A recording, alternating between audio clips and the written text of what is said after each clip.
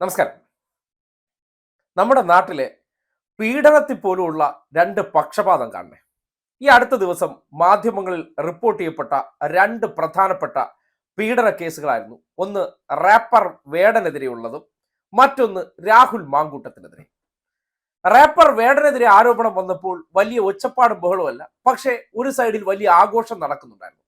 അതായത് റാപ്പർ വേടനെതിരെ ആ പീഡന കേസ് എടുത്തതിന് പിന്നാലെ സംഘികളും സവർണ തമ്പുരാന്മാരുടെയൊക്കെ ആഘോഷങ്ങളും സംഘി നുണ ഫാക്ടറികളുടെ എല്ലാം ആഘോഷങ്ങളെല്ലാം നമ്മൾ കണ്ടു. തൊട്ടടുത്ത ദിവസമാണ് ജീവൻ തുടിക്കുന്ന അല്ലെങ്കിൽ പിടയ്ക്കണ മീൻ പോലെയുള്ള തെളിവടക്കമുള്ള ഒരു പീഡന ആരോപണം രാഹുൽ മാങ്കൂട്ടം എന്ന സവർണനെതിരെ പുറത്തേക്ക് വരുന്നു. ഒരു സവർണ ജനപ്രതിനിധിയാണ്. അപ്പോൾ നോക്കിയപ്പോൾ ഇന്നലകളിൽ ആഘോഷ കമ്മിറ്റിക്കാരായിരുന്ന സംഘികൾക്ക് പോലും മിണ്ടാട്ടമില്ല. ഇങ്ങനെ പറയുമ്പോൾ പെട്ടെന്ന് ഞാൻ ഇല്ലാത്ത ആരോപണം പറയുന്നു എന്ന് നിങ്ങൾക്ക് സംശയം ഉണ്ടാകും. രണ്ട് പ്രതികരണങ്ങൾ കാണിച്ചു തരാം. അതായത് പ്രധാനപ്പെട്ട രണ്ട് സംഘി ക്യാപ്സ്യൂൾ നിർമ്മാണ ഫാക്ടറികളിലെ രണ്ട് പ്രതികരണങ്ങളാണ്.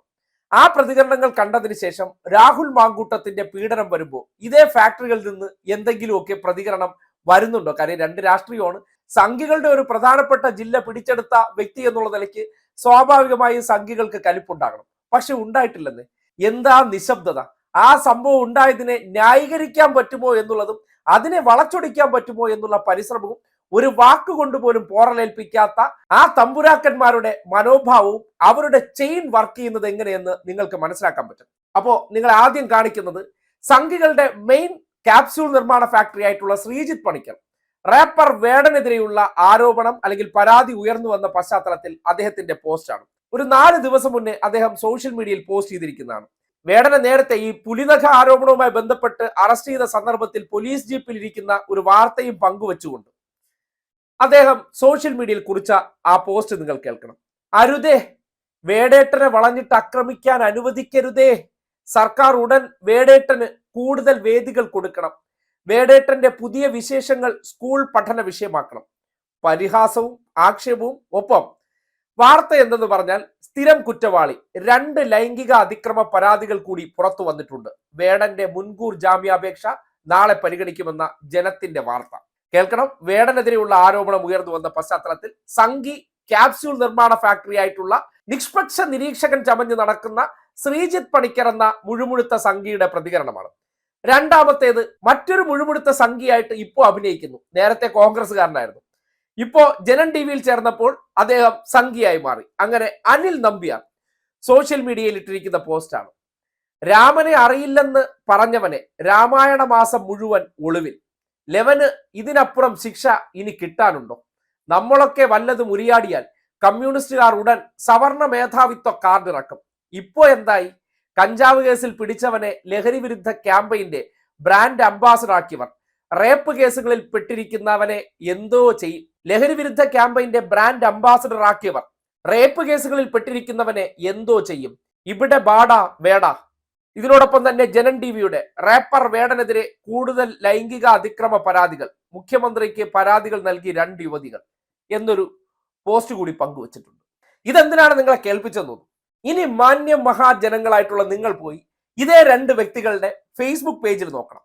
കഴിഞ്ഞ 2 ദിവസമായിട്ട് കോൺഗ്രസ് എന്ന രാഷ്ട്രീയ പാർട്ടിയിൽ, ഒരു സംഘികളാണ്, കോൺഗ്രസ് എന്ന രാഷ്ട്രീയ പാർട്ടിയിലെ രാഹുൽ മാങ്കൂട്ടം പ്രത്യേകിച്ച് പാലക്കാട് പോലൊരിടത്ത് സംഘികളുടെ കോട്ടയായിരുന്നിടത്ത് വിജയിച്ച് കയറി വന്നു. സംഘികൾ ജയിക്കൂ എന്നൊക്കെ പ്രതീക്ഷിച്ചിരുന്നതാണ്. അപ്പൊ സ്വാഭാവികമായിട്ടും ഈ അടുത്ത ദിവസം അവർ തമ്മിൽ എന്തൊക്കെയോ കശപിശ അല്ലെങ്കിൽ കുടുംബ പ്രശ്നം ഉണ്ടായപ്പോഴൊക്കെ വലിയ സംഭവമാണെന്നൊക്കെ കരുതിയിരുന്നവർ ഇവരെ 2 പേരുടെയും ഫേസ്ബുക്ക് പേജുകളിൽ പോയി നോക്കിയേ.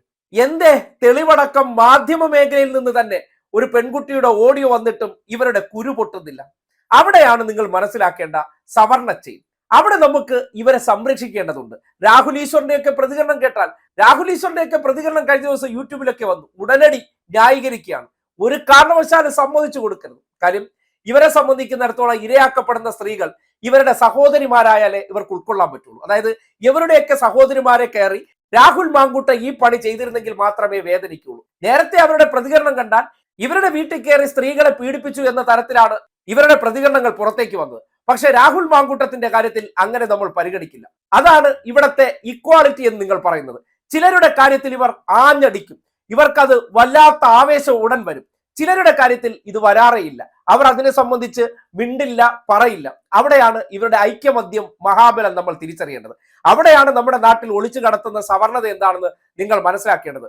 വേടൻ പറഞ്ഞ പ്രസക്തമായ വാചകമാണ്, നീ തമ്പുരാനാണെങ്കിൽ എനിക്ക് തൈരാണെന്ന് പറഞ്ഞെടുത്ത് പൊള്ളി അടർന്നിരുന്നവർ പിന്നീട് അധസ്ഥിത വിഭാഗത്തിന്റെ വേട്ടയാടപ്പെട്ട കഥകളെക്കുറിച്ച് ഈ സമൂഹത്തിന്റെ മുന്നിൽ വിളിച്ചു പറഞ്ഞപ്പോൾ ആ ശബ്ദം നിലപ്പിക്കാൻ വേണ്ടി നിരനിരയായി നിന്ന് പോസ്റ്റുന്നവർ.